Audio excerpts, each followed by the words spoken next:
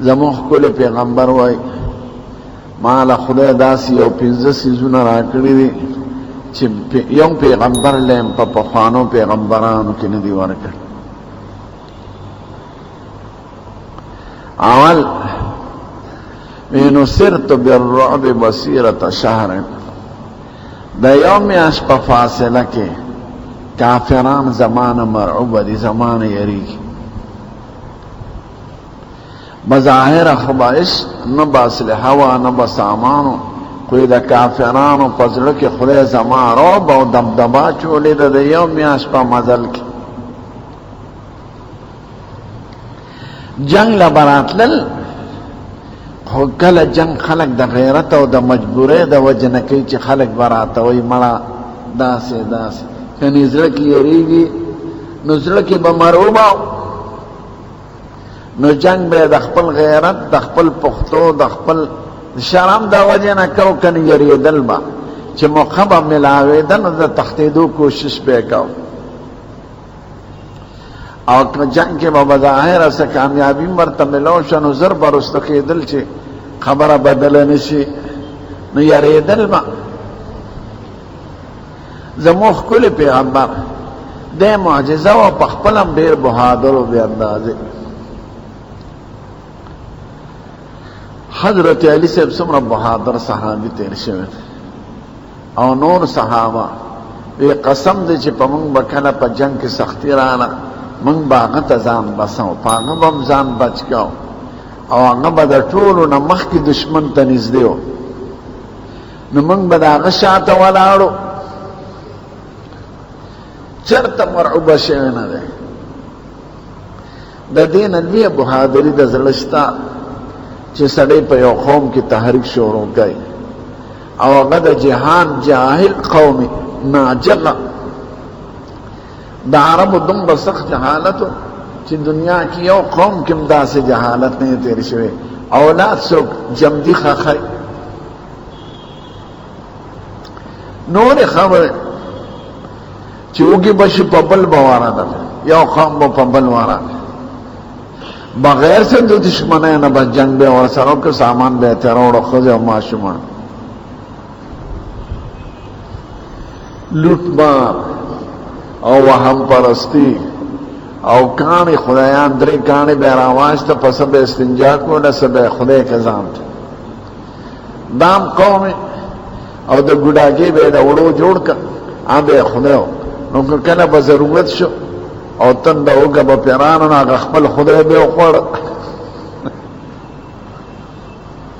زه یو ځل په حج کې پخوا ډېر چې ما سبق په بس کې ناست او ما سره یو دوست مو د کراچۍ او د هغې یو 2 زنانه وې زمونږ شاته ناست دی. نو پخوا خو ګڼه کمه وه، خو بیا نو د عربو یو 2 سړي ولیدل جهالت کې مبتلا. نو دا یوه ښځې هسې ما واورېده چې دا قوم اوس داسې دی، نو چې 1400 کاله به مخکې څنګه او زموږ ښکلی پیغمبر دوی سره څنګه ګزاره کړې ده او څنګه د اصلاح لارې ته راوړي دي، او هوښیارې ښځې سړی د هغې قوم حالت پورې یو قوم را بدلول، د هغې عقیده بدلول. زموږ نسواري سړي وي طالب ټول کال ورته زوته چېرته آخر کې نسوار پرېږدي. نسوار څه شی؟ نو خدای پرېښودل، د پلار او د نیکه رواج بدلول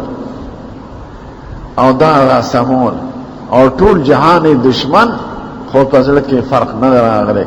نه په بهادرۍ کې فرق راغلی. او بیا داسې قوم یې تیار کړه چې د هغې څه مثال نشته. نو دا لوی تحریک کامیابول د هغه د لوی بهادرۍ علامه ده. نو په بهادرۍ کې مثال نو خدای حضور پاک وایي یو میاشت فاصله کې خدای پاک د کافرو په زړه کې زما دبدبه او رعب اچولی. قسم دی د امریکا چې څه کوي دا د مسلمان نه یریږي، که دوی راوچت شو طاقت یې دغه شو دا خو موږ تباه کوي. نه د یهودو نه یریږي، نه د هندو نه یریږي، نه د چین نه یریږي، نه د روس نه یریږي، او د مسلمان نه یریږي. دا چې څه جنگ کوي دا دغه د پیشو جنگ دی چې د هیبت د وجې نه په سپي ورځي، د بزدلۍ د وجې نه جنگ کوي چې دا خو باسې نه چې دا داسې شي نو داسې بشي که افغانستان کې مجاهدین دغه شي خو موږ به دغه کړي او عراق ورسره امداد کې راشه عراق سره وګورو افغانستان سره دا د خپل یاري نه کوي نو حضور پاک وی هغه سر امت کې خدای پیدا کړی دی چې د جهان ټول قومونه د مسلمان نه یریږي خو چې مسلمان نو حضور پاک وای زما هیبت او رعب او دمدمه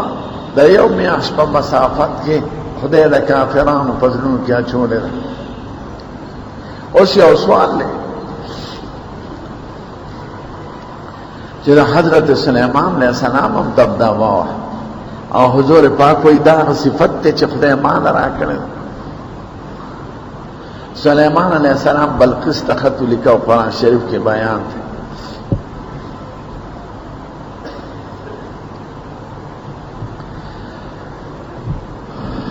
نو بلقیس خط اولست خپل ارکان دولت یا ایها الملأ انی القی الی کتاب کریم انه من سلیمان وانه بسم الله الرحمن الرحیم الا تعلوا علی واتونی مسلمین ناشنا خط راغلی دی او ما ته پکې دا لیکي چې سره د ټولو ارکانو د دولت نه فورا حاضر شي او تابعدار راشي سوکم یا ایها الملأ افتونی فی امر هذا ما كنت قاطعة امرا حتى تشهدون قالوا نحن اولو قوة واولو باس شديد والامر اليك فانظري ماذا تأمرين قالت ان الملوك اذا دخلوا قرية افسدوها وجعلوا عزة اهلها اذلة وكذلك يفعلون واني مرسلة اليهم بهدية فناظرة بما يرجع المرسلون هیبت پیراغ پا خدا وی سوکو نو وزیران او د فوج مشران ورته وی سیب چې جنگ کې جنگ ته تیار خو باخستا رہنا یو درې غزه ورته یو هدیه ولېګم ګور مې چې پیغمبر دی او کده دنیا بادشاہ که پیغمبري خو مقابله ګرانه او کده دنیا بادشاہ نه به مور سره ګور نو هدايا کې دا زمانه چې سو غیر وي سلیمان علیہ السلام ته چرال رنگ وفد ورته سي خپل هدیه یو سي ارجعوا بهدیتکم اتمدوننی بمالا فما آتانی اللہ خیر مما آتاکم بل انتم بهدیتکم تفرحون دا مالونه دولتونه موڑے مالا چه خدای سرا کری ده اغینا زیاد فورا راشه کنی دا سے لخکر با درو لیگم چی پا حساب کتاب بینا پیگوی نه بناو درزار بربان شروع ہوئی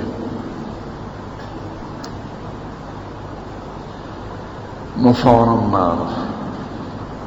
نو خدای دا غی پزرونو کی رو بچوڑو نو یو سوال دی چه دا عرب خدا غصه ملکی بلقیس پزرونو کی دا سلیمان علیہ السلام خدای واچو نو جواب دا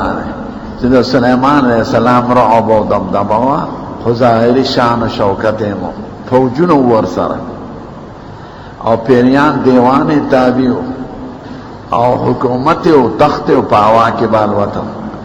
د حضور پاک داسې زوننو نه تختو چې پاوا کې الوتم نو بظاهر شان او شوکت او بنگلې باغونه دانو او نس مسلح فوج ور سره نو دا غیا چې ودا خلق په ځنونو کې دا غي د فوجونو د اسلحو د دې د وجنه لکه او زمانہ بعد خلک د انګريزانو نه یری نو دا غي د اسلحو د بمونو د وجنه کنی زړه کې هغه په خدای پیدا کړی دی نو د حضور مبارک دمدمه چې وا هغه بغیر د ظاهري اسباب نه وا او د بل چا کوي هغه په اسباب او بناینو د اسباب د سړی نه سړی یریږي یو سړی سره ټوپک ته او تاسو سره نشتا ته به ټوپک خاون نه یریږي چې تنیخ کې یو سړی سره اسلحه شته تاسو سره نشتا نو د اسلحه د خاون نه خلک یریږي زمون حضور پاک سره دا ظاهری اسباب نو او خدای پاک د کافر او پزړه کې داغه هیبت او رو بچولو په مکه کې چولا د مظلومیت جندو نیو کافر بدماش دا غنمو ابی ابن خلف پاس بدا سے گرزیدم دتا گئے ویدا اسم تعالی ساتل ریتابا پی وجنم حضور پاک وی تمانش وجلی تب زمان دلا سمرے بے مدینه منوره ته حضور پاک راغی بیا د احد جنگ جوړ شو په نبی کریم تکلیف راغی د بعض صحابه او د غلطۍ د وجه نه چې هغې ځای پرېښه نو ټول کافران پاغه شو په یو مسلمان باندې لس او شل لاته وتي یو سړی به د لسو د شلو سره مقابلو کړي نو په حضور پاک ټول راغلل شپږ کسان خو د هغه د پاسه په ملا باندې جدا شو لا به پیدا سی نه چې هغه له غزار ورنو رسي د چا لاسونه ګوټ شو خو هغه ته غزار نه پرېښود دوی کې دا کافر ابی ابن خلف راغی او نه توره ورسره ده بیا خواشه دی به زه وجنم د هغې خدا خیال دی چې ټول کافران ته راته و دوی قیمې کړې وي وی زه یې وجنم کافران مو منځ کې راننوتېده حضور پاک او صحابي ته پرېږده چې رانږدې شي ده ته یې وایي دا نیزه دې راکړه د هغه په توره غزار کوم د تورې د غزار نه مخکې حضور پاک په نیزه داسې و ایله هغه نیزې دې مرۍ ته ور ورسېده او دوی هم بو کړې او په شا پرېوته خلق ورته معمولي لګېدلې ولې نه وی ده ما ته ویلي په مکه کې چې ته ما نشې وجلې ته به زما د لاسه مرې وی دی خو لا په نیزه باندې لږ ووالم که لاړې را باندې را توکلې وې نو هم زمرم دومره یې خو ته یقین په لاره مردار شو نو هغه روب او نه حضور پاک د چا نه یارېده دا مرعوبیت پکې نو ټول کافران نه په حوصله کې فرق راغلی نه په بل څه کې فرق تدبیر به اختیار او دا کارو کې ځکه دا د اسباب دنیا نه خروب د چا نه مروبه کېده نه نو دا پکې خدای صفت خو وی نو سرت بالرعب مسیرة شهر دا د بخاری شریف حدیث دی وی د یو میاشت په فاصله کې خدای پاک د کافرانو په زړونو کې زما رعب او هیبت اچولی دا صفت د بل پیغمبر نو دویم وجعلت لی الارض مسجدا وطهورا ټول ځمکه زما دپاره جومات ګرځولی شوی دی او د اودس چارهدام او د غسل یو ذریعه زمونږ د امت مونځ هر ځای کېږي چې پاکه ځمکه د پخوانو قومونو مونځ به صرف خپلو عبادت خانو کې کېده د عیسایان صرف خپلو ګرجو ته راځي د دوی کور کې مونځ نه په بار ځمکه نشي کولی او زمونږ دپاره خدای پاک زمونږ د پیغمبر دپاره ټوله ځمکه خدای جماعت خانه ګرځولې ده هر ځای چې پاکه ځمکه او د مانځه وخت راشي هغه ستا دپاره جماعت دی د نورو قومونو نه دویم خاوره زمونږ دپاره د پاکۍ ذریعه ده چې اودس دې نه تیمم به پرې وی که غسل دې نه د غسل لپاره تیمم والی شي خاوره د جهان د یو پیغمبر دپاره او د یو امت دپاره د پاکۍ ذریعه نه ده ګرځولی شوی تیمم صرف زمونږ په امت کې دی او زموږ ښکلی پیغمبر له خدای ورکړه دا صفت خدای بل پیغمبر له نه ورکړه نو ټوله ځمکه جماعت خانه ده او ټوله ځمکه زمونږ دپاره د تیمم ذریعه ده د اودس او د غسل واړه دریم وحلت لی المغانم غنیمتونه ماله حلال شوي دي پخوانو پیغمبرانو او امتونو ته به غنیمت نو حلال چې جهاد به وکړو نو چې څه مال غنیمت به هغه به میدان کې کېښود نو د بره نه به اور راغی هغه اور به هغه شی ختم کړو به سوځو غایب به شو دا زمونږ امت کې دا نشته او دا خدای زمونږ هم عزت کړی دی هم زمونږ حیا ساتلی ده عزت په دې دی چې د دنیا کې هم د هغې غنیمت نه فایدې اجازت مونږ ته وکړو هغې ته د خپل غنیمت نه د فایدې اخیستلو اجازت نو ځکه به ختمېده او موږ سره خدای دا احسان وکړه چې څومره غنیمت راشي هغې نه دنیا کې ته فایده ده دیم پرده زمونږ وساتله ځکه چې هغې کې به غلا و ټګي به وه هغه به سوځېده نه اور به راغی بیا به اوچت شو نو هلکې تاسو کې غلا د موسی علیه السلام زمانه کې د هغه نایب د یوشع نوم دی نو یو علاقه یې فتح کړې ده نوم یې رانیل شو د اریحا زه ورغلیم اریحا ته یو علاقه ده سطح سمندر نه ښکته ده خو باغونه دي پکې دومره باغونه دي دا اردن او د فلسطین ځمکې دي خو دا اوس یهود اخیستې ده نو اریحا علاقه ده داسې باغونه د امرود ونې بار کرلی بوټي څانګې په کور ورغلي او کور کرلی دیوالونه نه بار څانګې راغلي د انګور او دا سپین غوزان سپین دا انځر چې دلته چا نه دی لیدلی تک سپین انځرې او غټ غټ چې په درو چکو کې سړی نشي پړی او زیتون نو اعلی ښار دی خدای پاک ورته قرآن شریف کې شپږمه پاره کې د هغې بیان دی ارض مقدسه ورته وایي نو یوشع علیه السلام فتح کړه نو غنایم جمع شو چې غنایم جمع شو نو اور انتظار به میدان کې کېښودل اور به راغی بیا به اوچت شو ویې لکه تاسو کې سغلا د یو قبیلې سړی مشر د ما سره لاس یو ځای کړي نو یو براته مشر لاس به یو ځای کړه د یو مشر لاس ورسره ونښته ویې لکه ستا په قوم کې غلا ده ویې ستا هغه قوم دی راشي د دو کسانو لاسونه ورپورې ونښته بیا به جدا شو وی تاسو کې غلا ده وی او موږ غلا کړه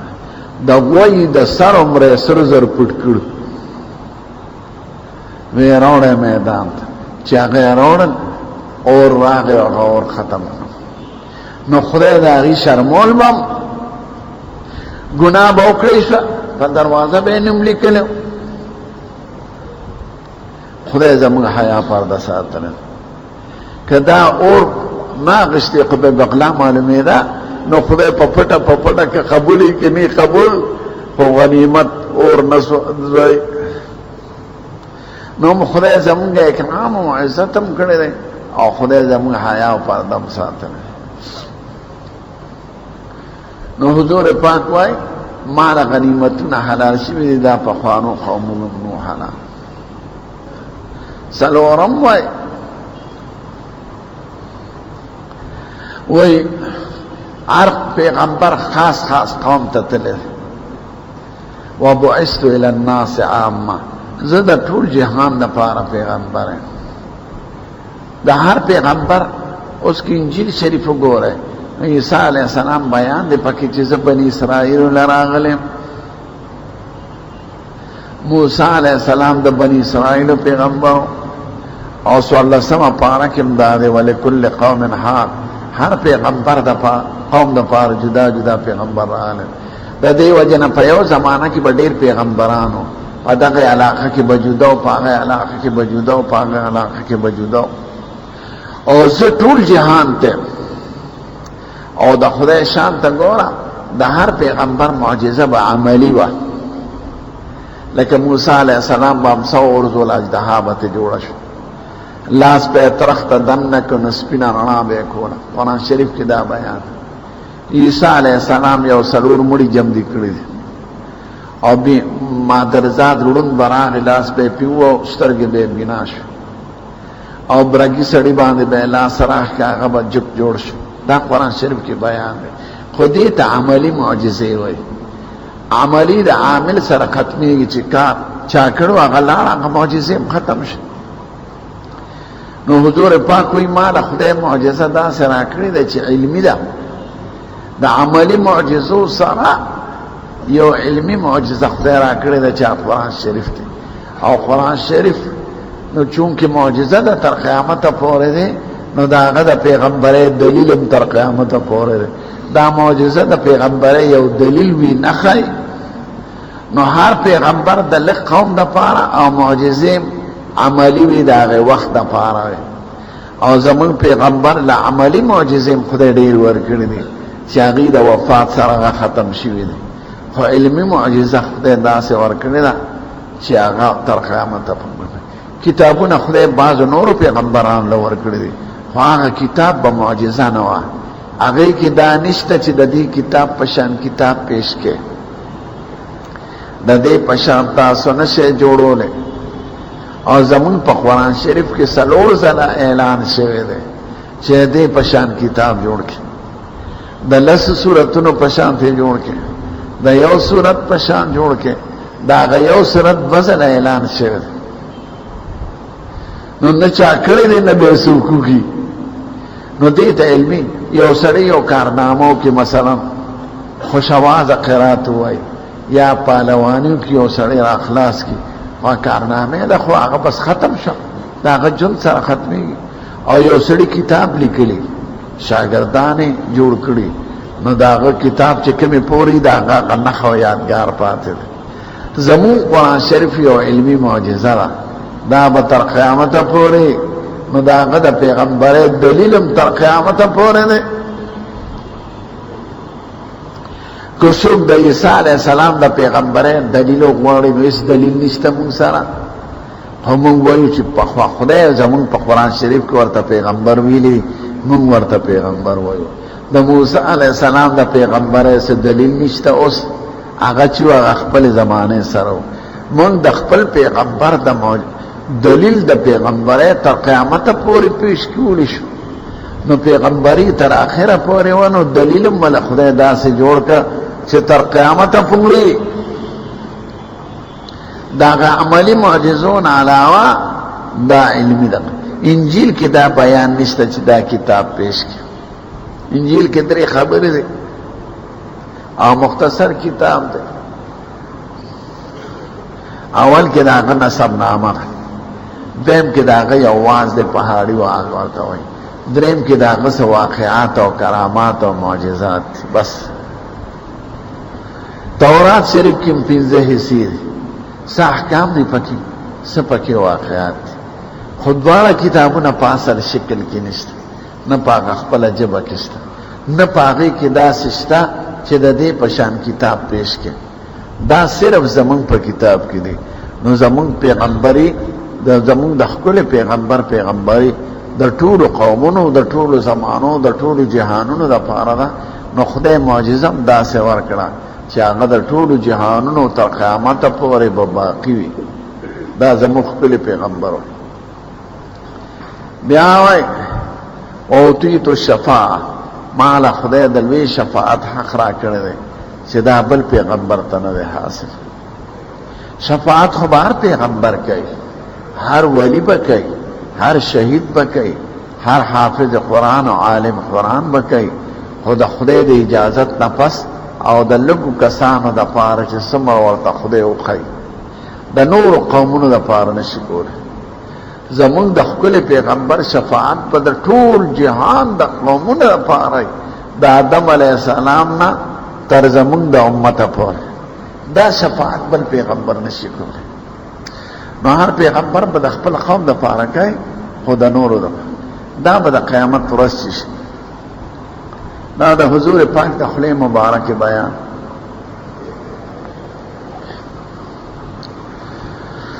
وی میدان شي د قیامت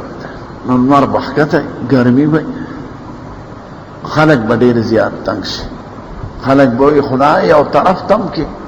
جنت تم که بوزی که دوزخ تم بوزی خو چې د دې غم نه خلاص شو نو آدم علیه السلام له بلاړ شي چې قربان ته خو د ټولو مخلوقاتو پلارې نیکې او ټولو ملایکو ته ته سجده کړې ده ته د خدای دربار کې سفارش وکړه چې د دنیا د دې قومونو سره حساب کتاب شروع شي او د قیامت د دې میدان د سختو نه خلاص شي آبا وی نظر نشم مانا یو بوٹی ما خوڑلیم اگر چیز پہ خدای معاف کرے خود دا خدای نه شرمے گا مالا حیا راز لار شے نوح علیہ السلام لا لوی پیغمبرو نهنیم سوکار نصیحت کرد قوم تا اغل براش هغه ته وایي د خدای لوی پیغمبر او ستا په خیرو باندې ټول جهان باندې طوفان راغلی او داسې ته سفارش وکړه چې خدای د مخلوقاتو سره حساب کتاب شوی. اب وایي ما یو قوم ته خیرې کړي دي، ما له دا خیرونه حیا راځي چې دا ما ولې وي رب لا تذر الارض من الكافرين ديارا انك ان تذرهم يضلوا عبادك ولا يلدوا الا فاجرا كفارا. خدای دا قوم ختم کې نو ما خیرې کړي نو ما له دا خیرونه حیا راځي، زه د خدای دربار کې نشم پېښ کړی. لاړ شي ابراهیم علیه السلام را د خدای ډېر عزتمند پیغمبر دی او د پیغمبرانو نیکه دی، هغه نه به راشي. اما ما یو درې دروغ ویلي دي، ما له د خدای نه حیا راځي. دروغ نو خلقو ته دروغ معلوم یو چې بوتان مات کړل او دیونی ولې شو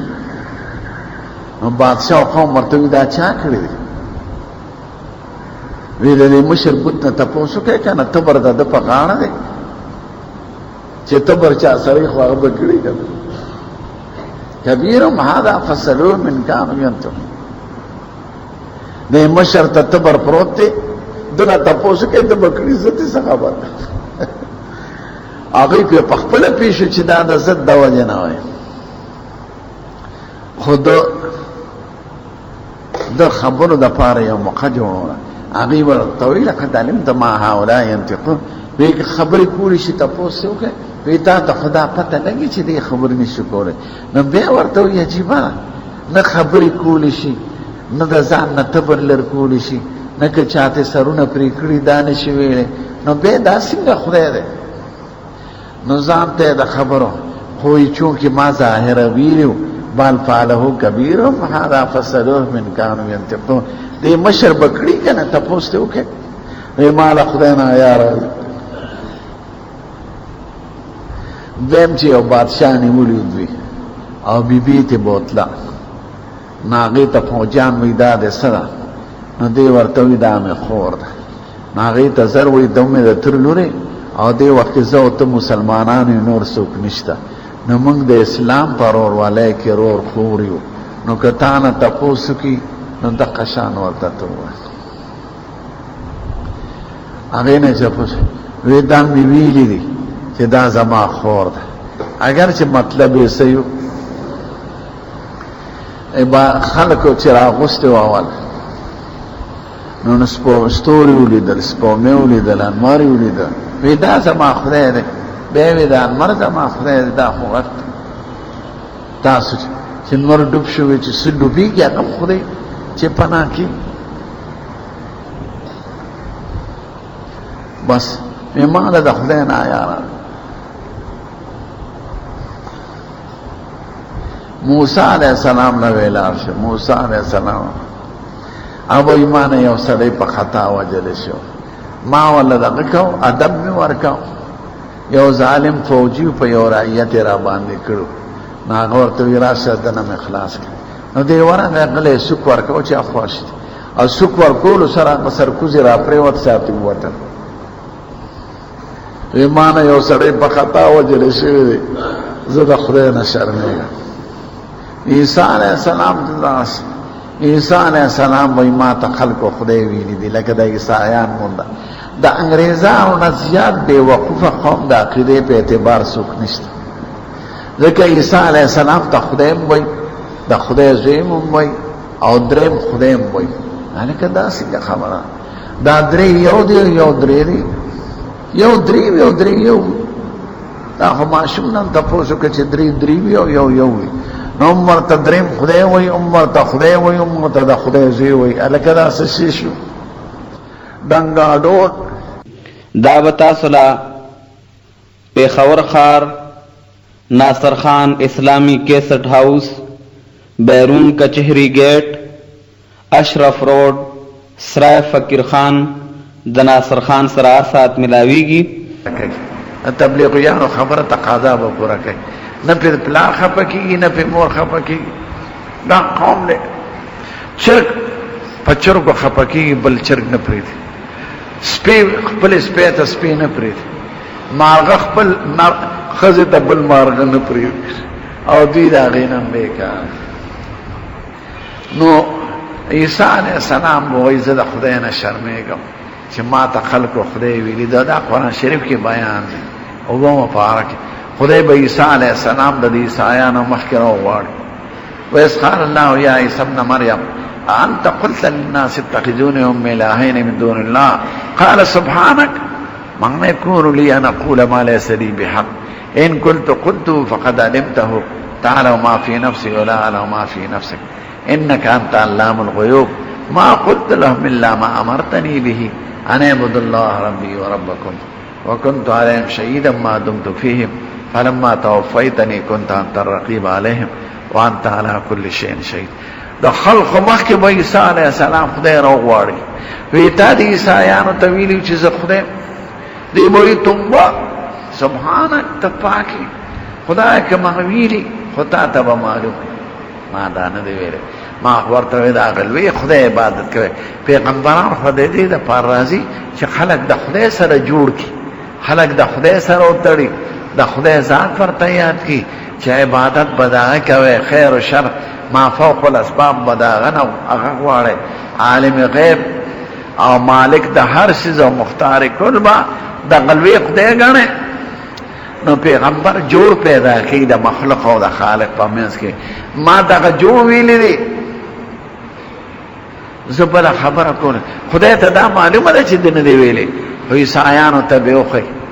نو دی به وایي خدای زه شرمېږم ما ته خلکو خدای ویلی دی، نو زه د خدای نشم. لاړ شي اخري پیغمبر زمون پیغمبر ته به راشي، دی به وایي انا لها، زه به دا سفارش دې ته مقام محمود وایي چې مونږ د اذان نه پس دعا د وسیلې کې وو چې خدای دله مقام محمود ورکړي. دا هغه د عزت مرتبه ده چې ټول پیغمبران ټول امتونه به دته محتاج وي او صفت به یې وکړي. نو دی به د ټول جهانونو د پاره د ټولو قومونو د پاره به سفارش وکړي، د خدای ته به لاړ شي، د عرش د لاندې به په سجده پروت شي او د اوو شو عروضو په اندازه د خدای حمد او ثنا وایي. اوو شو عروضو په اندازه چې وخت تیر شي خدای پاک به ورته وایي سر اوچت کړه څه غواړې. دی به وایي خدای قوم سره حساب کتاب شروع کړه، خلک تنګ دي. خدای پاک ورته وایي ښځې په خپله درکوزېږم میدان د قیامت ته لاړ شه. نو ډلې ملایکې به راولېږي، د قوم نه به چاپېره ودرېږي، بیا به بله راولېږي، بیا به بله څوارلس صفه به چاپېره د ملایکو ودرېږي. وجاء ربک والملک صفا صفا. یو سپین اوریځ کې به د خدای عرش راشي او خدای پاک به په عرش، نو د عرش یو خوا به د بیت المقدس کې چې کومه ګټه ده په هغې ودرېږي او بیا به خدای پاک خبرې شروع کړي. نو دا لوی شفاعت د ټولو جهان د امتونو او د قومونو دپاره دا به زمون پیغمبر کوي. وایي دا صفت خدای ما نه راکړی دی، بل چا نه دی ورکړی. درود شریف ووایي. جمال الوجود بذكر الإله وتقصد